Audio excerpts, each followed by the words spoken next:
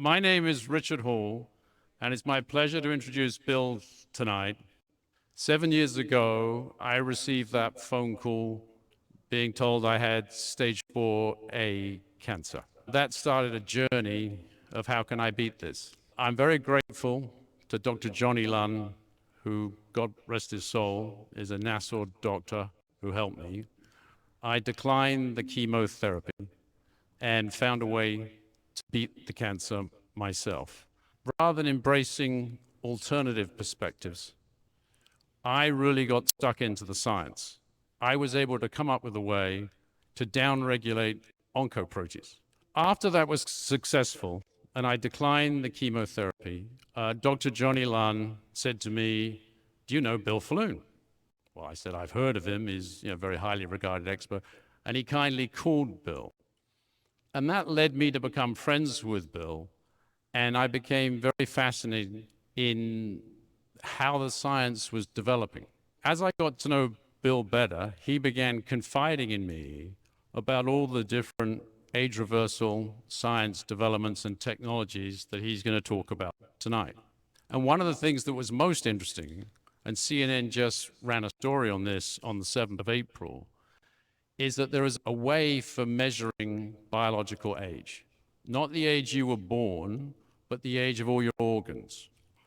So Bill very kindly went through all my blood tests.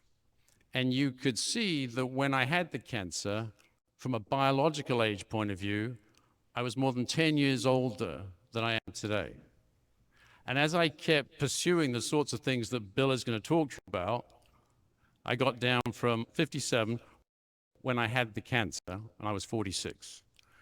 I got down to 47, I think about 9 months ago.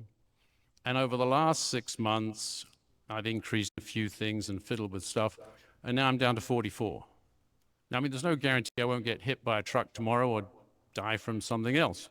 And the reason I have great faith in Bill and what he's doing is two things. One, he religiously sticks with the science. This isn't any snake oil.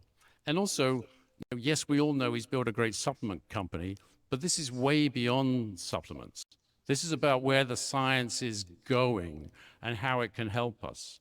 Let me hand it over to Mr. Bill Faloon. Thank you very much, everyone.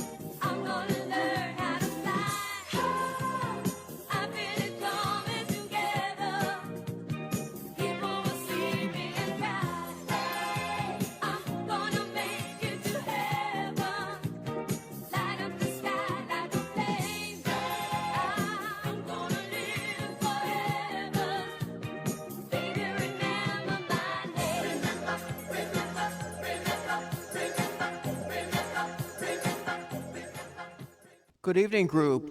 I hope that introduction wasn't overly pretentious. What we're going to be talking about tonight is reversing aging in cells, live mice, and then we're transitioning that into monkeys this year. We're going to use the same technology that reversed aging in live mice, translating that into monkeys this year and humans shortly thereafter. What we're going to do is talk about research. Our group is famous for funding lots of biomedical research, But what we also do is fund overview meta-analyses of all the published literature, and we put it together in a way that gets published. And what happens when it gets published? Well, we incentivize other people to start funding age reversal research, including Sam Altman of ChatGPT. He's put $180 million into a brand new company to find a way to conquer death.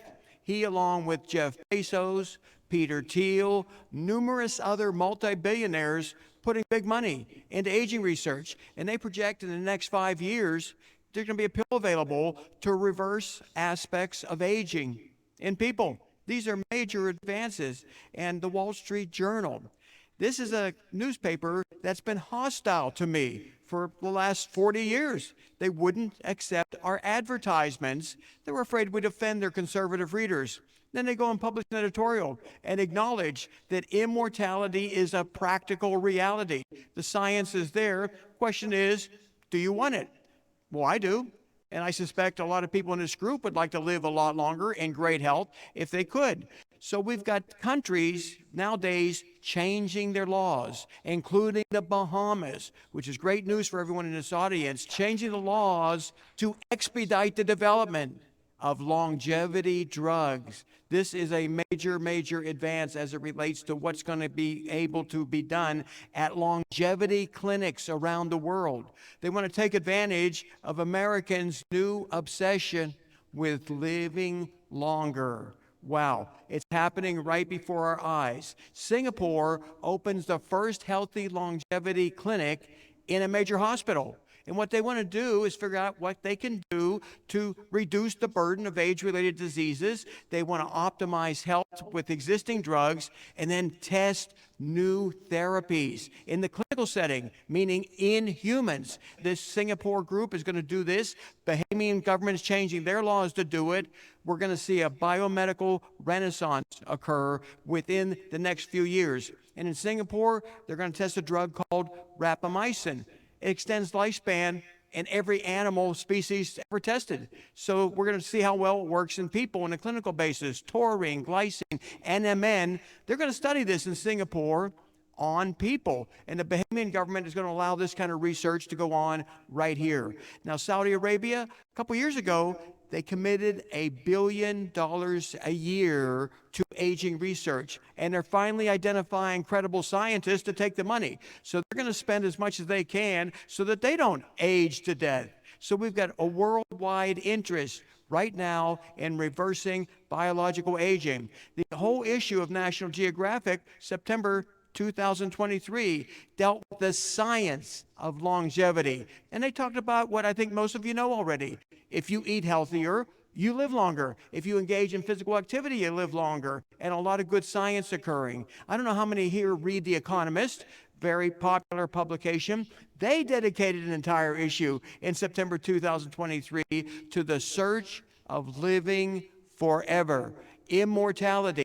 They're talking about the underlying science that could enable people to live a long time. And they talked about specific technologies like using senolytics to get rid of senescent cells. In this article, they talked about decrepit old cells in your body that poison you, using young plasma to rejuvenate old bodies, using gene therapies, and of course, eating fewer calories. It does have some life-extending properties, but we have to go well beyond that. We've known about calorie restriction since 1932. So I'm going to try to explain briefly epigenetic age. This is a way that we can measure how old you are biologically. That enables us to do a baseline test, see what your biological age is, and then experiment with these interventions and see how much younger we can make you. How can we reduce your epigenetic age? And to give you one tiny example, women who have an older epigenetic age, they're 30% less likely to make it to age 90. But you can do something about it. If your epigenetic age is showing you older than your chronological age, intervene, push it down, and live longer.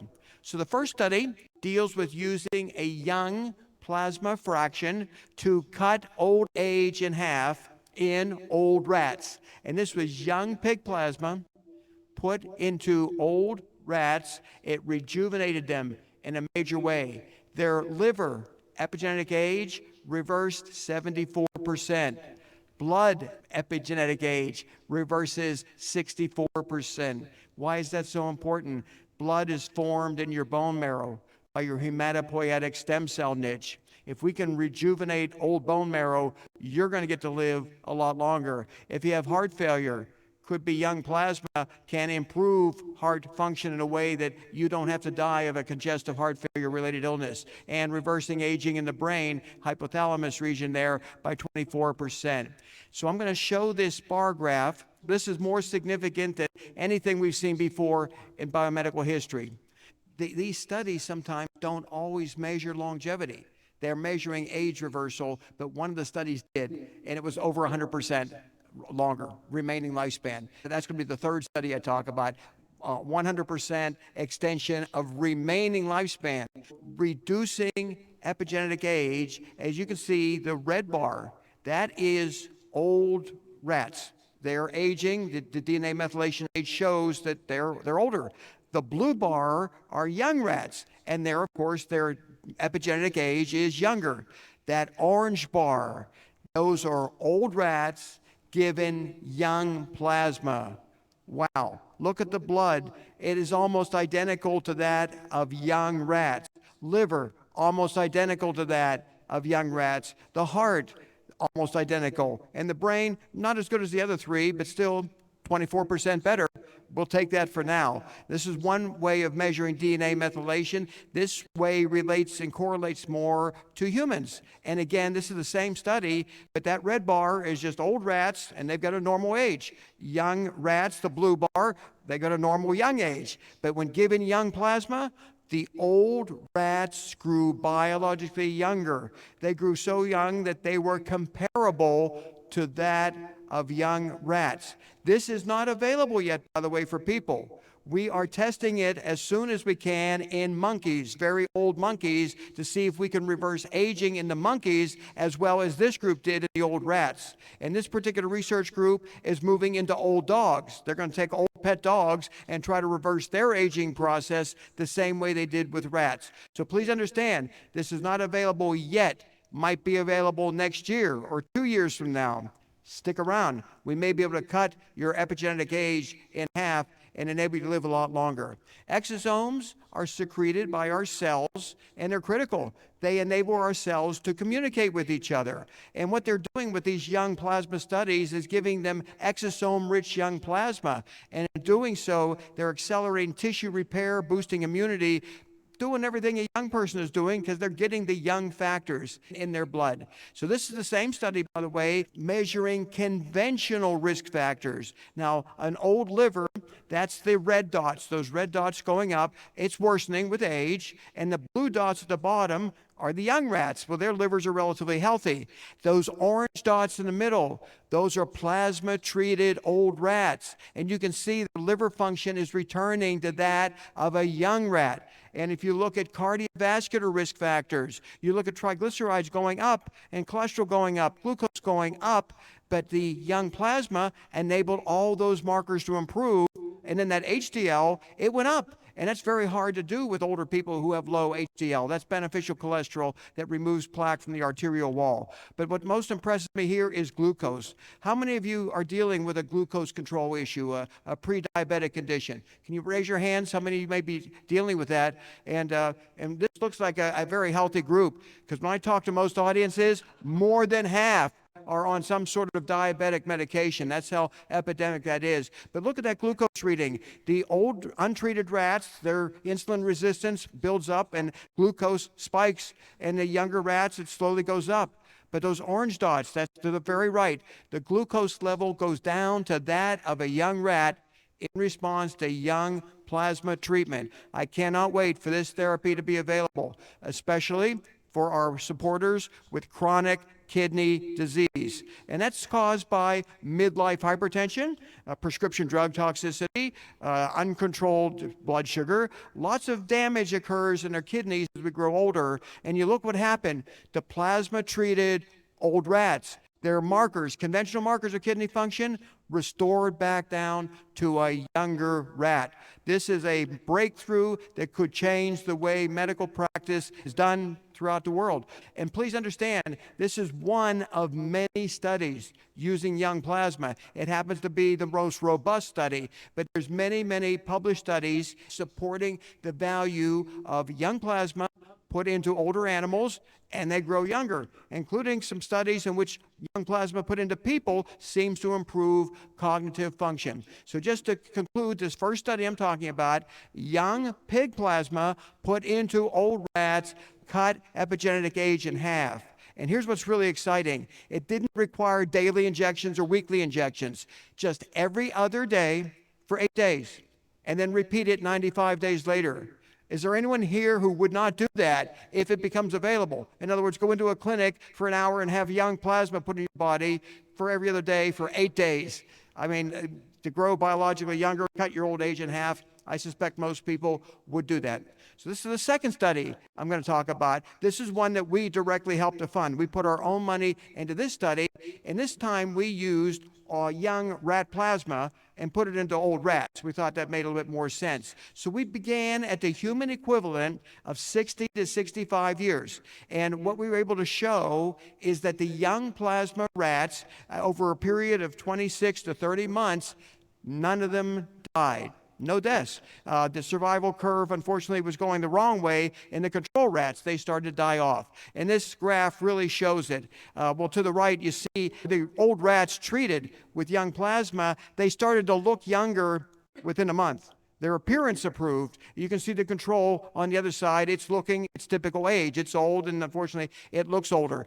But that graph to the left, the red dots are the plasma-treated old rats. Their median lifespan was increased 9.1%, equivalent to about 7 human years of extended median lifespan. The gray dots there are the untreated rats. They're dying on schedule, just like people die on schedule when they turn 65, 70 years of age. So you see here, young plasma put into old rats is extending median lifespans. But I've got something better coming up after this.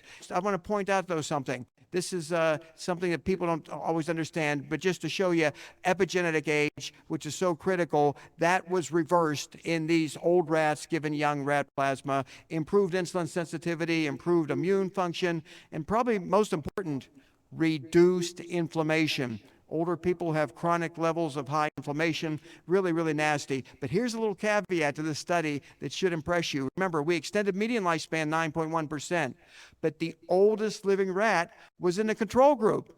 They didn't get any young plasma. They happen to have good genes. Well, what's the solution to that? Well, let's reprogram your genes so you resemble that of a super centenarian. People will live well over 100 in good shape, and then reprogram them even better to, let's say, a bowhead whale. Bowhead whales live about 270 years in the wild, and we have sequenced their DNA already and donated that to Harvard so that our DNA can be edited to resemble that of a bowhead whale. Yamanaka transcription factors reprogram old cells into pluripotent stem cells or younger cells that can theoretically regenerate our tissues forever. Transcription factors are proteins that help turn on specific genes, on or off, by binding to DNA. Transcription factors can literally reprogram your old cells back into either stem cells, if you need those, or just younger healthy cells to regenerate your tissues. And what we're working on are systemic ways to do that so that every cell in your body grows biologically younger. We can't do it yet. The research I'm going to describe will tell you how we're going to at least identify how well it works. And by the way, Nobel Prize awarded in 2012 for showing that Yamanaka factors reverse aging in the Petri dish model. The Yamanaka factors, the 4 original ones, OCT4, SOX2, KLF4, c-MYC. The acronym is OSKM. Now, you may see OSKM written about more and more in the media, and so just understand those are 4 Yamanaka factors that reverse aging in very old cells. But what's going on now is we're cutting out the c-MYC. We're only using 3 out of 4 of the Yamanaka factors and getting better results. So you'll see even more the OSK acronym being used. So I'm going to slow down now to explain how this works, because gene therapy, that can be a little bit confusing. So we start off with all 4 Yamanaka factors. We deliver those via differing methodologies into old cells. So we take your old cells and we deliver these Yamanaka factors right through the nucleus into your DNA so that those old cells can either be reprogrammed back into a stem cell if you want to do that, and then that differentiates into a young progenitor cell that can regenerate your tissues. But we think there's a better way of doing that, and that is bypassing the stem cell process altogether. Let's just take your old cells, let's just use OSK, we don't need to see MYC, and let's partially reprogram your cells back into younger cells. And we've got research ongoing right now that is attempting to do that systemically so that we can systemically reverse, hopefully, human aging processes. And doing it this way, it eliminates a lot of the potential problems with stem cell reprogramming. So we basically take your old cells, maintain their youth, restore and maintain the youth by simply inducing intermittent expression of OSK in your old cells so that they're restored to that of a younger cell. This is a major advance. It was thought to be impossible before 2006, by the way, and we are moving it forward as fast as we can. Prior studies demonstrate, put OSKM into a damaged heart, you regenerate that heart. Put it into a damaged optic nerve, you may be able to restore vision. Age-related markers reversed in major organs that fail us with biological aging. So the big question is, what happens when you put Yamanaka factors into a whole organism, a whole, let's say, mouse? Well, Salk Institute researchers 2 years ago showed that Yamanaka factors administered systemically reversed aging. For the first time in medical history, aging goes in reverse, demonstrated by a prestigious research institute. This made international media coverage. What they did is they injected these mice with a virus encoded with these OSK factors. Those factors then infiltrated the cell, partially reprogrammed it. They didn't see any toxicity, but what they did see, younger looking skin. For some people, that's all they want. Well, younger skin, lower inflammation, reduced senescence, associated secretory phenotype. In other words, the Yamanaka factors got rid of a lot of their senescent cells that were creating all kind of problems. So the Salk researchers showed reversals of aging in kidneys, skin, and other areas of the body in a systemic way. They made the mice cells look biologically younger. This is the study published just 2.5 months ago, or posted in the National Library of Medicine. And what they did is they used the OSK, and they were able, the question was asked, are we increasing remaining lifespan? Yes, they did that. 109% increase in median remaining lifespan. They also improved their health. They're not just making these animals live longer or sick, they're making them healthier. And they're reversing aging in the heart and the liver and other tissues as measured by the DNA methylation clock. And they even tried it with some human skin cells in vitro, and they were able to show significant age reversal in human skin cells. But what's most significant here is systemic age reversal and extension of remaining lifespan over 100%, and they were able to show also the frailty index. Over age 40, we lose our coordination, our muscles, our bone, it starts to diminish. They were able to improve the frailty index in old mice in which OSK was systemically delivered. And again, they showed age reversal in the skin cells of a human. There are several patents that have been filed, not by me, by commercial companies using OSK topically. And some of the early evidence indicates one application may reverse the aging of your skin back down to a much younger person. Someone's going to make a lot of money off that, and that's great. It won't be me, but it is being investigated. So just to go over this study again, this remarkable extension of remaining lifespan, they used an AAV delivery system. That stands for adeno-associated viral vector. And what it does, they encode the virus with these OSK, infect people, in this case, the equivalent of 77-year-old people. They infected these mice with this virus encoded with the OSK, and the mice grew younger, they lived longer, they improved their frailty, they lived a heck of a lot longer. You look at control mice, dead in about 8 weeks. OSK-treated mice survive to 18 weeks. But here's the major announcement very few people understand, and we do because we talked to the scientists, and this was admitted to in the published paper. A lot of issues related to the original research came up. The major one being they only delivered a fraction of the OSK to these old rats. Only a fraction. There was just errors made because these pioneering scientists, they're doing something that had never really been done before. So errors were made, but they still were able to demonstrate robust age reversal and extension of remaining lifespan. And what does this translate as it relates to people using this really inadequate way? Well, the control group of mice, they had a lifespan of about 5 more human years. The ones treated with OSK, only a tiny fraction of the OSK, by the way, they lived over 10 more human years. So if we can buy an additional 5 years in better health, we may make it to a point where biological, indefinitely extended lifespans are possible. So this is the journal this was published in. It has been read by scientists around the world. The excitement levels are very high. We will be studying this in monkeys later this year. This group will be studying it in dogs later this year, we expect. A lot of research is going to be done in a way to emulate this gene therapy that was shown to reverse aging in old mice in many ways back down to a much younger animal. But to put all this in historical context, 2006, for the first time, they demonstrated old cells could be reversed as it relates to their aging process, and they did it in human cells in 2011. 2022, 3 independent studies showed partial age reversal occurring in live mice. Now, partial is important. You don't want to reverse your aging back down to an embryo. So you just want to have partial reprogramming, and we build a triggering agent in to turn off OSK. If it starts to make a person or an organism too young, we turn it off and then turn it back on when the animal starts to age again.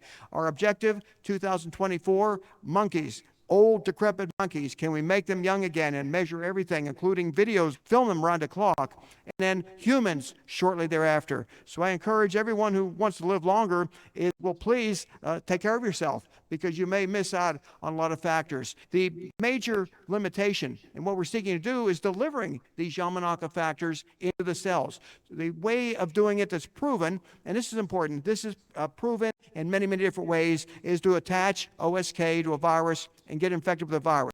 Some people don't like a virus. Well, we're looking at plasmids. This is another way of delivering OSK to the cells. Lipid nanoparticles, again, another way of delivering OSK to these cells. Chemical reprogramming, another way of inducing natural OSK expression. We are studying all of these methods right now. I'm funding a lot of this research. The multi-billionaires are funding a lot of this research. It's what's the best way to deliver into your cells OSK rejuvenating factors. We can't do it today in people, but we are going to do it in monkeys and make it happen. And as we're designing the research, an upgraded Yamanaka cocktail was discovered by scientists in Germany, improving the quality of the young cells. This is the famous Max Planck Institute. They combine SOX2 and OCT4 into a dimer. They call it Super SOX, and it simply works better than the original OSK Yamanaka factors. So while we're designing research, they're already improving the technology so we can get access to this and make our research go more effectively. So let's review what's happened so far in 2024.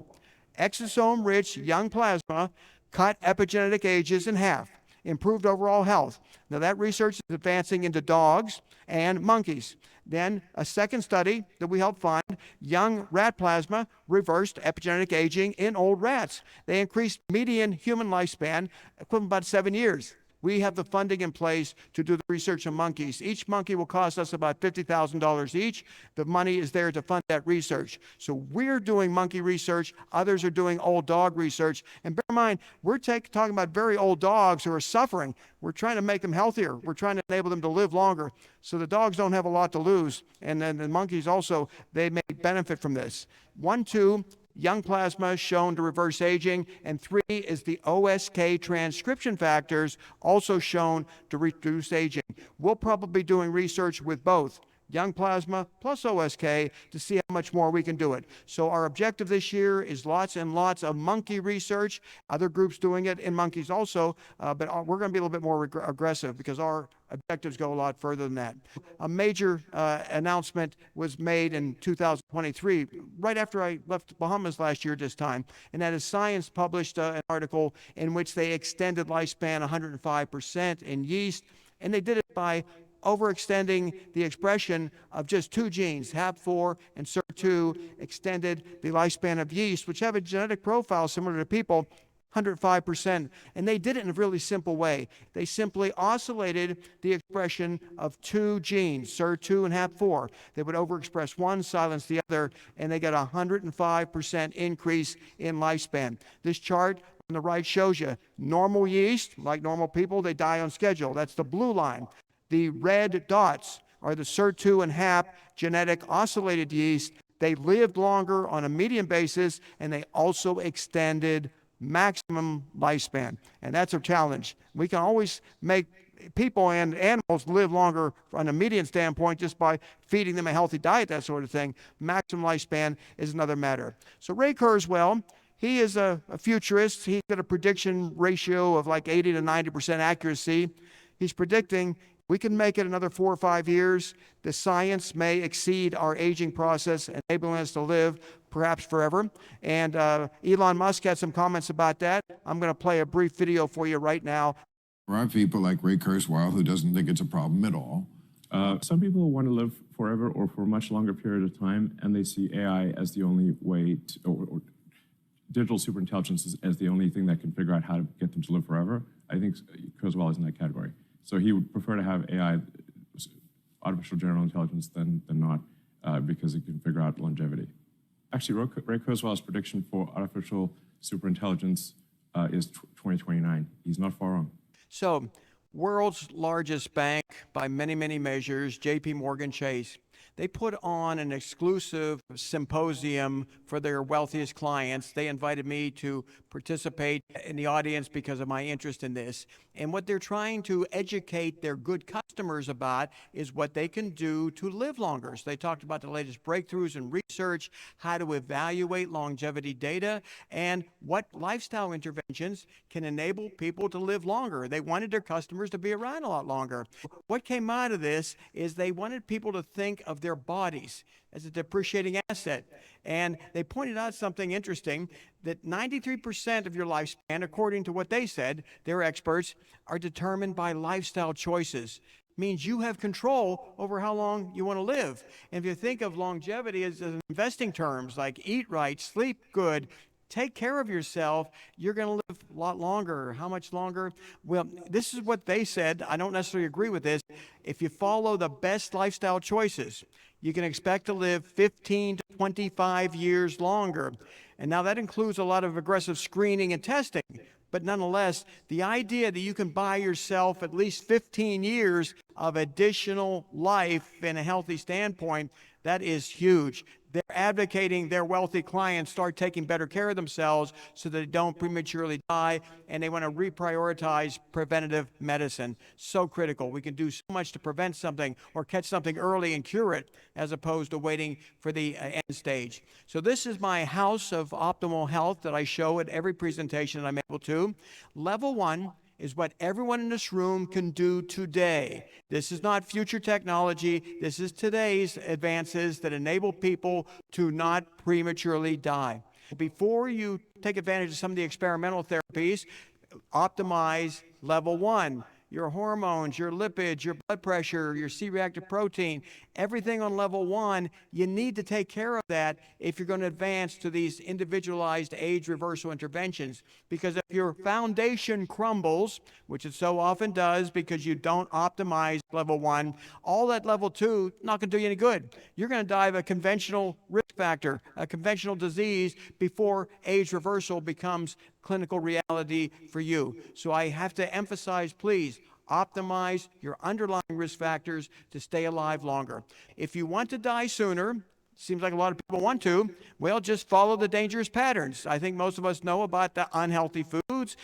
They know if we don't eat properly, use tobacco, if we decide we're not going to do anything to prevent disease, well, we're going to die, we're going to prematurely age, and it's not going to be fun. We're going to be sick the last 5 or 10 years of our life. What we're going to do is emphasize the stair-step approach to biological age control. Remember, everything on level 1 you've got to do. If you're hypertensive, take your antihypertensive drugs, optimize your blood pressure, optimize your lipids, inflammatory factors. But to take the stair-step approach to biological age control, which you can do today, that is activate AMPK. That's an enzyme that confers longevity, some weight loss. It has a lot of little benefits to it. Metformin is a drug that people often use to activate AMPK. Senolytics, that can be done with nutrients and or drugs. Boost NAD levels. Your NAD levels drop to a certain low level. You don't repair your DNA, you die. And then autophagy, that's cellular house cleaning. You can achieve that by intermittent fasting and using a drug called rapamycin and other ways to induce internal cellular cleaning. And then move into biologics, which might include young plasma, once we validate that work. Gene editing technologies, which are at the top of that stair step. CRISPR is not that far away from being utilized for aging purposes. It's already been approved, as you're going to see, to treat specific diseases. And to emphasize the importance of combination therapies. This was a work done about 5 years ago. But if you combine rapamycin, that's a drug, lithium, that's also a drug, but the low doses you can get as a supplement, and a senolytic, tramitinamide, extend the fruit fly lifespan 48%. Now that's using all 3 of them together. But if you just use one, you get a lifespan extension of 11%. 2, about 30%.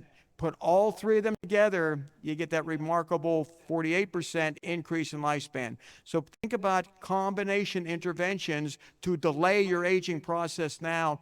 Take advantage of what the future has in store for us. So I'm going to talk about one intervention that everyone can deal with today because it's low cost, widely available, buy it all over the place, and it's got historical evidence of efficacy. So when we make an announcement, we say there's a major breakthrough, we want to make sure everyone can afford it. We want to make sure it's easy to take, that it's been available for a while, widespread consumer availability, historical evidence of efficacy, and then that new data. Brand new data published in the journal Science, a way that maybe increase your lifespan 10 to 13% and make you healthier. That's kind of important. What the researchers that were published in Science identified as a deficiency of an amino acid called taurine. Cost of this is less than $10 a month, by the way. It can be used as an anti-aging intervention, enabling you to potentially live longer. Now, because it was published in Science, the media picked up on it. June 2023, the media talked about ways that you can extend your lifespan by simply improving your taurine intake. It's a low-cost amino acid, and what's interesting is when we grow older, our taurine levels decline. No matter how much we eat steak and other unhealthy foods in many respects, we still don't get enough of this amino acid. Low taurine associated with age-related problems and concentrations in monkeys, worms, mice, and people. It declines with old age. Old people have lower levels of taurine, and that contributes to premature aging and death. Median lifespan of mice treated with taurine increases 10 to 12%. This is a way that you can take advantage of an existing technology. This is for people who want to live longer. It's still a minority of people. It'll be more people, but population is not an issue, population explosion. It's something that people talk about, and they ask me almost every time. But please look at the data, and there need to be more babies produced in the major economies of this world if we're going to, sustain our human race.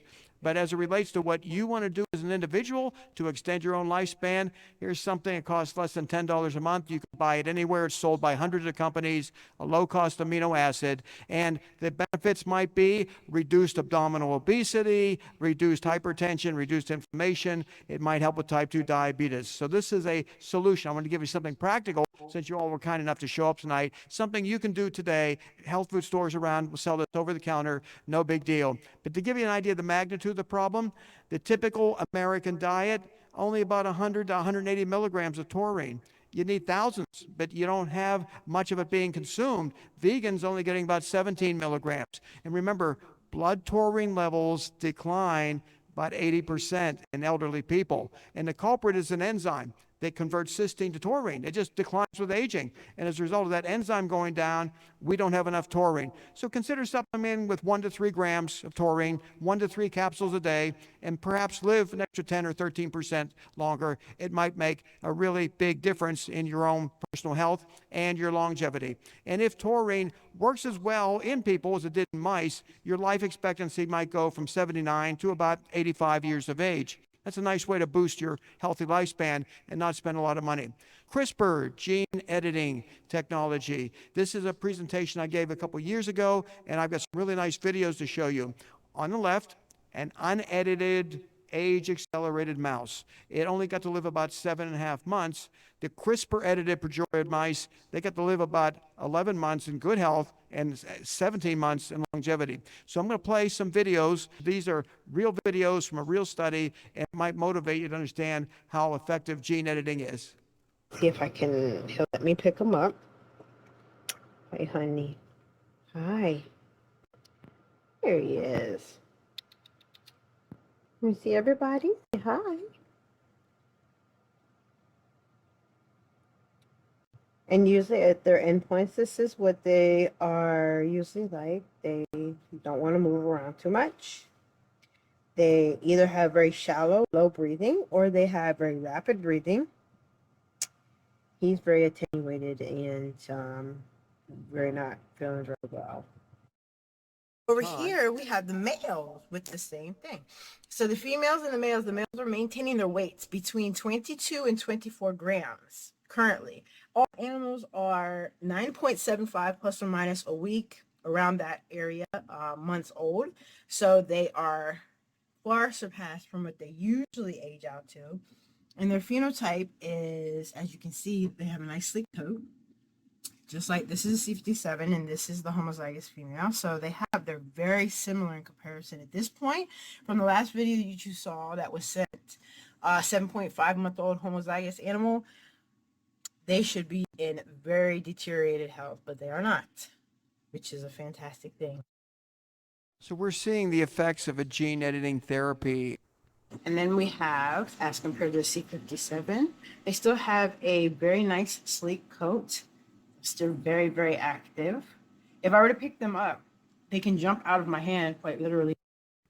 And these are the 2-week longevity injected AAV9 females who are also 10 months and 24 days old, 329 days total. And as you can see, they're extremely active. Just to go back in time there, these are 11-month-old CRISPR-edited mice. These are the 2-week longevity injected AAV9 females who are also 10 months and 24 days old, 329 days total. And as you can see, they're extremely active. You got two choices there when this therapy becomes available. When gene therapy becomes available, you can be that 7.5-old mouse that's in a nursing home basically, or have fun running around in a cage and all the good times that young animals have. And usually at their endpoints, this is what they are usually like. They don't want to move around too much. They either have very shallow, low breathing, or they have very rapid breathing. He's very attenuated and very not feeling very well. If we can make it to 98, the technology will be there to likely enable you to live a heck of a lot longer. This is what's happening right before our eyes. And the FDA approved, just December 2023, the world's first CRISPR gene editing therapy. This is for sickle cell anemia, for thalassemia, a hemoglobin deficiency. That was approved in January 2024. And what doctors are doing right now literally is editing genes inside our bodies. They're doing it today on a clinical basis with FDA approval. We're looking to turn this technology into editing our genes back down to that of a younger human being so that we get to run around a cage like those CRISPR-treated mice for a real long time so we don't have to fall victim to what's going on. So a lot of us in the room, We don't have much time. We just don't have time for delayed age reversal, which is why I'm here. I'm funding millions of dollars of research to move all this technology forward. And thank goodness the multi-billionaires are also funding lots and lots of research. But here's the dilemma. If we're 73 years of age, I'm going to turn 70 this year, by the way, we don't have a lot of time left. So we need to accelerate the research, which is why we're moving into monkeys right away. We're not going to delay anything. We're moving this project as fast as we possibly can. Because frankly, we've got a lot of supporters who are over 90 years of age. If we don't do something, they won't be with us very much longer. We've been around 47 years. You can imagine how many older people we now have in our group. And for people who don't want to get aggressive blood tests done, who don't want to spend money on interventions, I'm not selling them, by the way, but some of these clinics are going to charge you some money. You wind up with a lot of money, but you're not around to enjoy it. So a way to measure aging, which Richard Hall talked about, is measuring your biological age. And if you are aging too fast, do something to reverse it. We can do that now with existing technologies. But this study is based on UCLA research published about 9 years ago, in which they were able to show that they can estimate your biological age in a way that can predict your future risk of morbidity and mortality. And if your biological age is older, do something to reverse it. And if you're doing everything right, you're like me, I'm 14 years biologically younger than my chronological age. But I have to work at it. I wasn't born that way. I was born with a lot of problems. But I aggressively intervene into aging. And when people were critical of the accuracy of this, well, they were proven wrong just last month. CNN reports on a published study in which people who have the fastest rate of epigenetic age, their biological age is much higher, their risk of cancer significantly higher. We also know the risk of cardiovascular diseases are significantly higher. You could get a blood test, it's a standard blood test, have your age measured. We do that for free for anybody, by the way. They just send us their blood test results. We'll tell you what your biological age is and then calculate it. And if you have problems anywhere, correct those problems and enhance your ability to live longer, reduce your risk of cancer potentially.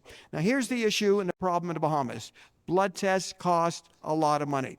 One reason is, well, they have to ship a lot of blood to the United States to be tested. That all involves cost. There's also not a lot of laboratories here doing the kind of research needed. A test that doesn't cost a lot of money in the U.S. is going to cost you at both Doctors Hospital and the Kelso the same price, $424, to get the minimum number of parameters that we feel we need to evaluate your overall health and biological age. If you happen to be in the United States, you can get those same tests for $85 at Life Extension. People in the United States often have health insurance and they get these tests done for free. They just go to the doctor with their Medicare card and they get their blood tests done for free. I cannot overemphasize the importance of routine blood testing. The more blood tests you do, the better you can control your risk factors so that you don't have a problem with level 1 that transitions into you no longer being alive. We don't want you to die from something that's correctable today. That is our mission.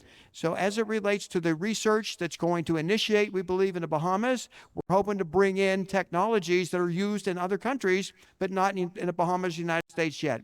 Going way back to 1981 in our anti-aging newsletter, we published the data about thymosin alpha-1, a drug that was being used in Europe as an effective cancer treatment. And we move forward 42 years later, still not approved in the United States. That's why we hope this Bahamian law is going to enable more therapies to be delivered. Because that was 1981, we published data and new studies, 2019, talking about this being effective against certain forms of cancer, mechanisms in which thymosin can help cancer patients improve their odds of a complete response, a cure, more and more recent published data. But bear in mind, we published this in 1981. We're seeing something now being published indicating potential cancer adjuvant benefits, potential treatment for sepsis. This drug needs to be approved, needs to be widely used, and I hope to educate enough people to push this forward to get this available. We don't sell this. It's a peptide. It's a drug in Europe. Some people fly to Europe to get it. That's ridiculous. You should be able to get it right here in the Bahamas. After 42 years, we advocated this drug be approved as an anti-aging therapy to combat immune senescence. And here we are without access to this drug, and I fear there are cancer patients who have not been able to benefit because this drug was not available to them in the United States. So the new legislation in Parliament right now, it has some good verbiage. I encourage people to support it, but I also urge you to support our codicil. We're trying to make old people young again so they can contribute to society and not rely on pensions. If we make you 21 years old, you can go back to work and use your accumulated wisdom to be a very productive person. Trying to let people know if you want to support legislation that's occurring in the Bahamas right now, it might benefit you because you may get access to an experimental drug. That's the goal of this legislation, to make thymosin alpha-1 available. Now, bear in mind, this is a peptide, has to be kept refrigerated. It's hard to order it from Europe and make sure it arrives in a potent state.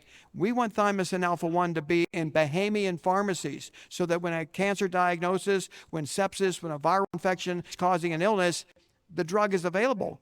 It should be available in the Bahamas and the United States. It's being used in Europe, but it's not available in other countries. But as it relates to sepsis, this regulates immune function, turns down the inflammatory response, and they feel that if thymosin alpha-1 were given to sepsis patients with conventional treatment, more of them would survive. It is a huge problem, by the way. When you hear of someone dying of old age, often it's sepsis. Sepsis is a huge cause of death. A lot of people don't realize a person who's older, when they're infected with bacteria, their immune system goes into overdrive. It becomes hyperinflammatory. They're put into a hospital. They're put on life support. Most of them die, or they get out of the hospital and they get sepsis 3 months later and they're back in the hospital. It's an epidemic problem. We feel thymosin, based on published research, if added to conventional therapy, would save more sepsis patients. It's important for us to make this available. We've published it. We've lobbied the FDA. They just don't want to approve it. Well, let's get it in and start making it work. And so when people see it working, they'll do something about it. And there's people who question whether or not we can do what we are attempting to do, and that's okay. We're used to critics. But you realize it took a long time to figure out how to fly, and then just 66 years later, they're landing on the moon. And I contend right now that we are closer to achieving indefinitely extended lifespans today than what they were in 1903, in which shortly thereafter commercial jet travel became available. In 2006, they reversed aging in cells, Nobel Prize awarded for it. And we're already doing age reversal research in monkeys and mice, and there's some groups doing it in humans that we donate money to. So we may be closer to reversing aging than what they were to heavier than air flight. Those who are interested in reversing aging, you can sign up to receive our publications at the back of our room tonight. It's all up to you. This was a publication we put out about 4 or 5 years ago, and it talked about what people could potentially do to delay and reverse biological aging. And I believe we are in the midst of a biomedical renaissance, and I base that belief on what I read in the published scientific papers. So I want to thank everyone who has supported our group, by the way, for the last 47 years. You're what lets me do the research. And your support literally funds millions and millions of dollars of biomedical research.